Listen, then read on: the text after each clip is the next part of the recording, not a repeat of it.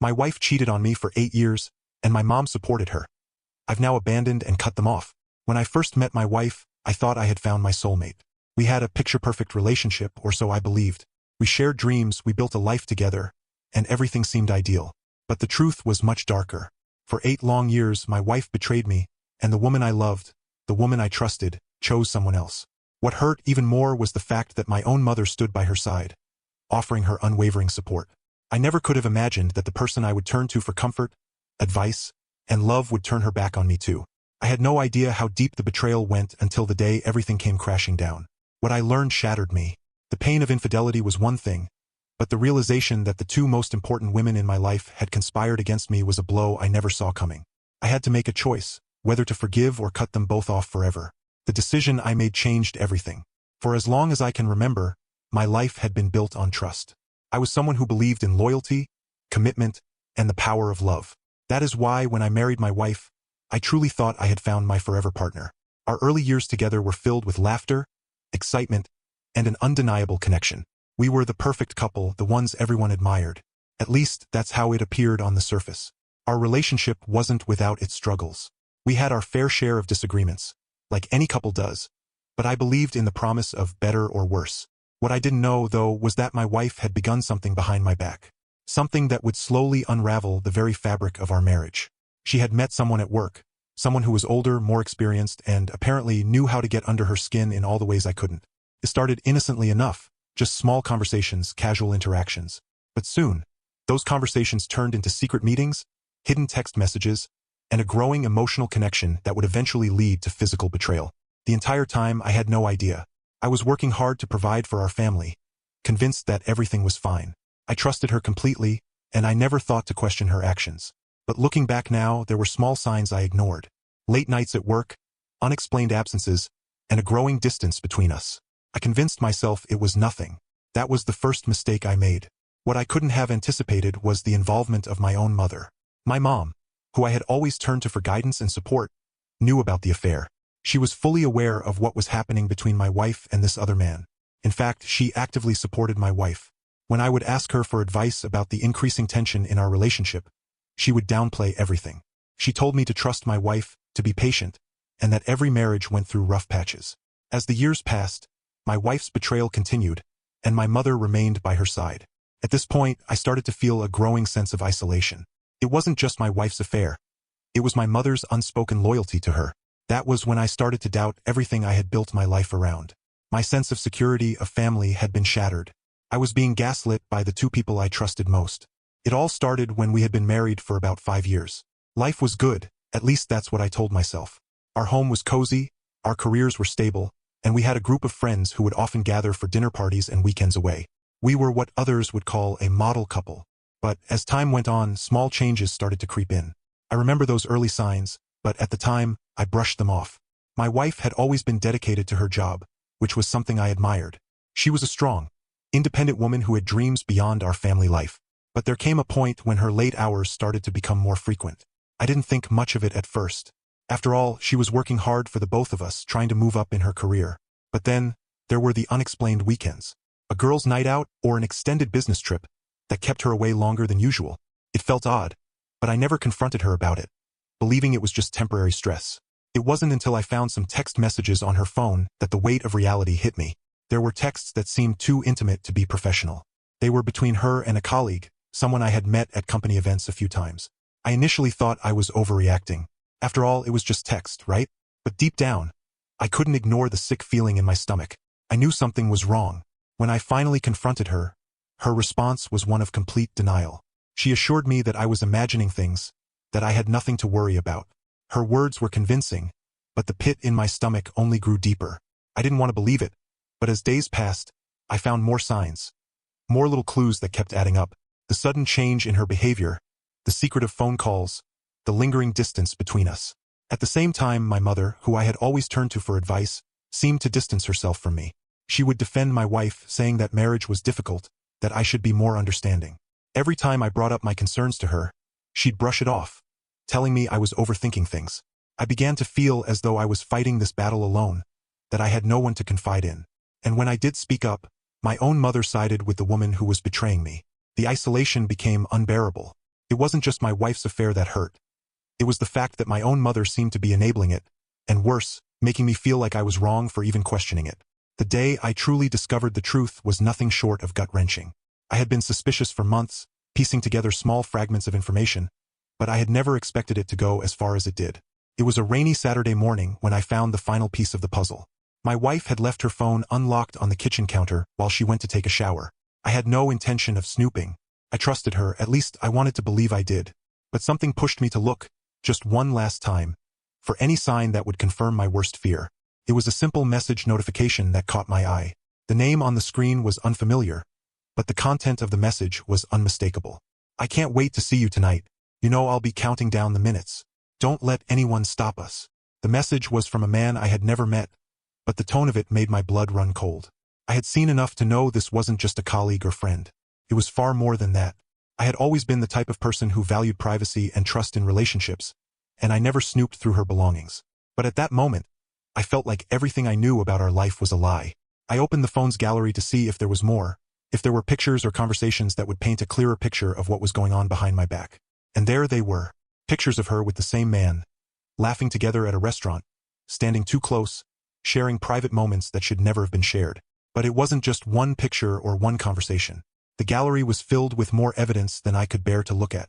The conversations were explicit, full of longing and promises, completely different from the woman I thought I knew. I felt a wave of nausea flood over me as the truth settled in. My wife had been cheating on me, and not just with any man, but with someone I had known, someone I had invited into our home. I could barely stand, my heart pounding in my chest. My mind raced with questions. How long had this been going on? Was this the only affair, or were there more? I felt the weight of betrayal crushing me, a feeling so intense it almost made me dizzy. But more than that, I felt the cold, suffocating realization that everything I had believed to be true about our marriage had been shattered. I put the phone down and stepped outside into the cold rain. I needed to clear my head, but all I could do was walk around in circles, my mind a whirlwind of anger, confusion, and heartbreak. My trust in her, in our life together, had been irrevocably broken. I needed answers, but I couldn't fathom how I would confront her. What could I even say?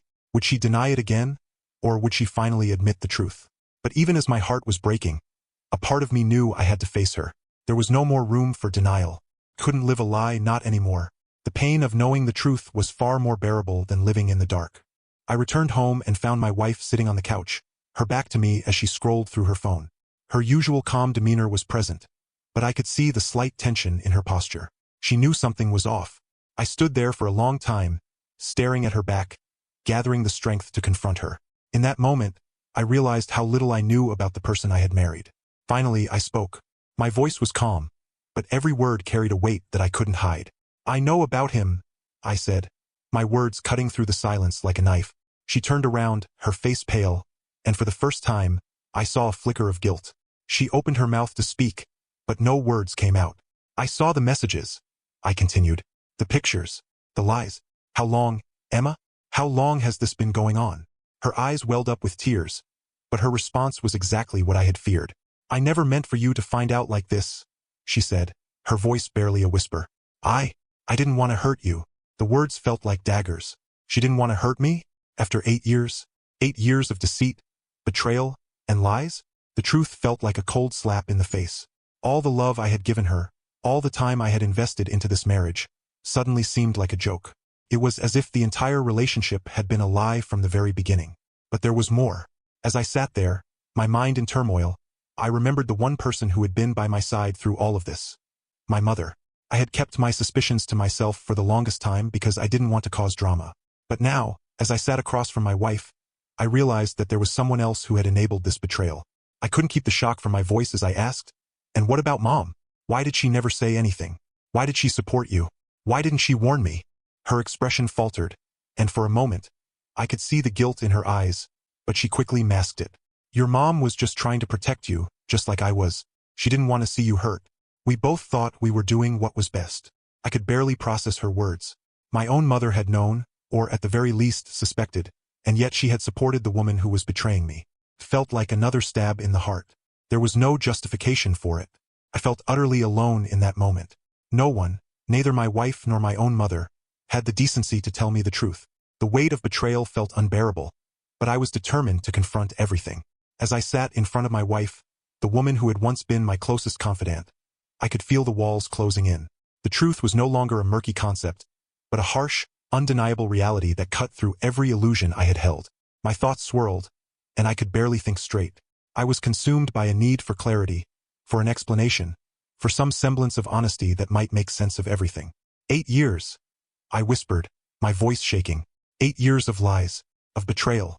And now you tell me that you and my mother were both part of this charade. She sat across from me, her eyes full of guilt, yet still unable to provide the truth that would set me free. Her lips trembled, as if she couldn't find the words to explain herself. But I did not want her words anymore. I wanted action, truth, something real. I stood up abruptly and started pacing, the need to get away from her becoming overwhelming. I had to make sense of all of it.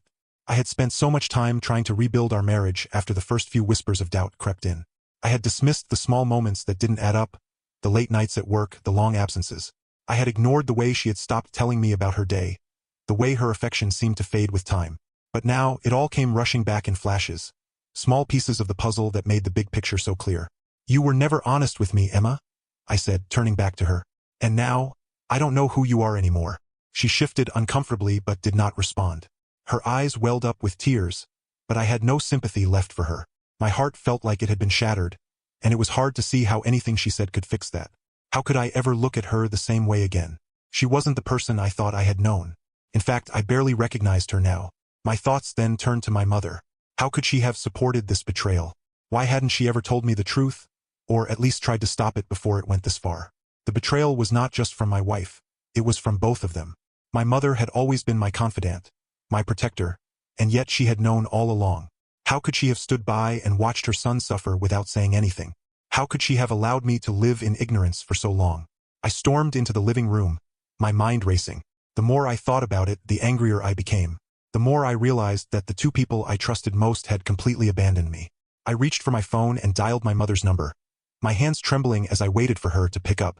The call went straight to voicemail, which made my blood boil even more. She wasn't even answering.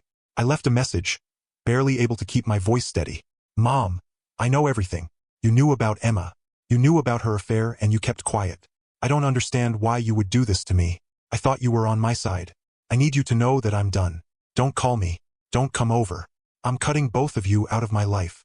I ended the call, feeling the weight of the words I had just spoken. I had never imagined that I would have to cut ties with my own mother, but in that moment, it seemed like the only choice. What was the point of having relationships with people who couldn't support you when you needed them the most? What was the point of keeping people in your life who had betrayed you so completely? I returned to the kitchen where Emma was still sitting, waiting for me to say something. The air between us felt thick with tension. Her eyes were red, and her face showed signs of the guilt she had been carrying, but I couldn't bring myself to feel sorry for her. This was no longer about forgiveness. It was about finding a way out of the hell that had become my life. Do you understand what you've done? I asked, my voice quiet but forceful. Not just to me, but to yourself, to our family, to everything we built together. She tried to speak, but I held up my hand to silence her. I don't want to hear it. I don't care about your excuses. I don't care about your apologies. I've been living a lie for far too long, and I am done.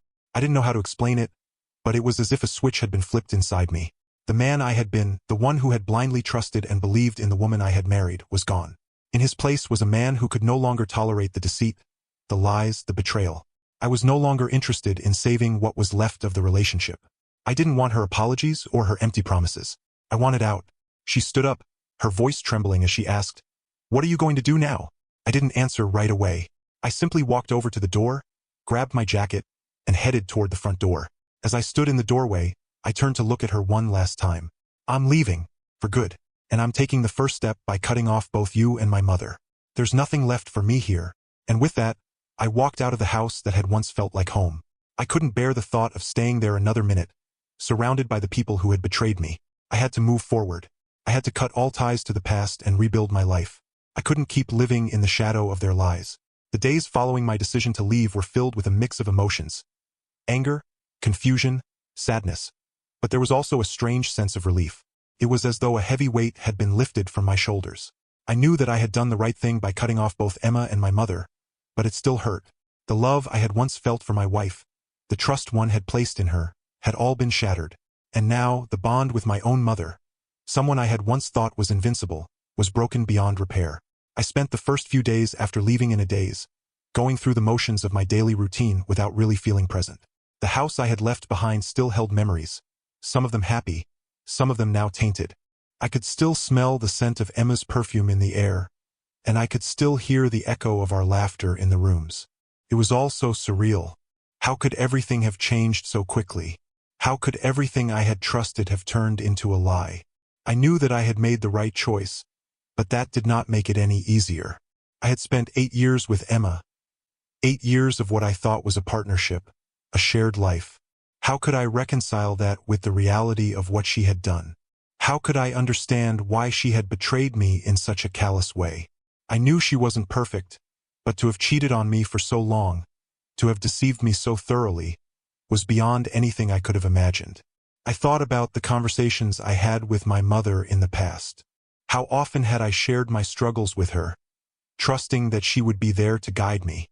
How many times had I turned to her for advice, believing that she had my best interests at heart? Yet, through all the pain, through all the sleepless nights, she had known about Emma's affair, and she had said nothing. She had not once come to me and told me the truth, even when I was drowning in my own doubts. How could a mother do that to her son? The more I thought about it, the more it hurt. I had always looked up to my mother. She had been the one person I could rely on, the one person who had always been there for me. To find out that she had knowingly supported Emma, that she had allowed this betrayal to go on for so long, was too much to bear. I could not even look at her the same way anymore. She was no longer the woman I had believed her to be. The person I had relied on had vanished, replaced by someone who had put her own comfort above my well-being. Took time, but slowly, I began to rebuild my life. I moved into a small apartment, a fresh start in a place where I could find peace. The solitude was comforting, though it was also a reminder of the life I had lost. I started focusing on myself, on my own healing. I reconnected with old friends, people who had supported me through the years. I made an effort to find joy in the small things, in the moments that had once been overshadowed by the weight of betrayal. There were times when I thought about Emma, about the life we had shared, about the love we had built together. But those moments were fleeting. The reality of who she had become was impossible to ignore. I had given her everything, and she had taken it all for granted. The pain of that was deep, but it was also a reminder of why I had made the choice to leave. I had to take care of myself. I could no longer live in the shadow of her lies. The hardest part of all of this was losing my mother. I tried calling her a few times, hoping for an explanation, hoping that she would apologize, hoping that there would be some way to heal the relationship. But each time she did not answer. Each time I was met with silence. It was as though she had chosen her own comfort over her son's pain. I could not forgive that. But over time, I began to realize that some relationships were not meant to be fixed. Some things were beyond repair. I could not force someone to change, and I could not keep giving my love and trust to people who had so easily betrayed me. My own healing became my priority. The road ahead was long, and I knew that I would always carry the scars of the past, but I also knew that I could not let them define me. I spent months focusing on my own well-being.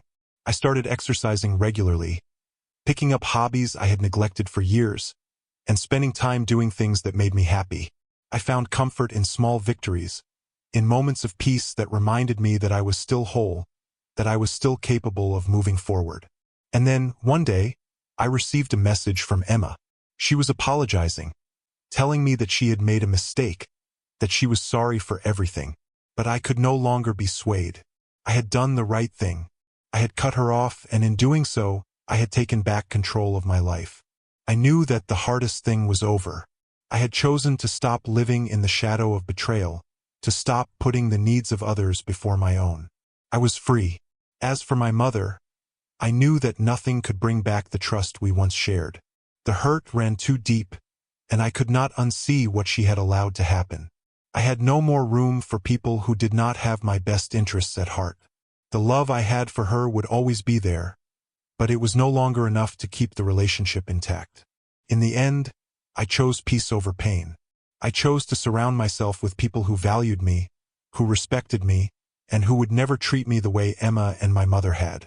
And though the scars of the past would always remain, I was determined to live a life that was no longer defined by betrayal. If you found it engaging and thought-provoking, please consider giving it a thumbs up, subscribing to the channel, and turning on the bell icon so you never miss a new video.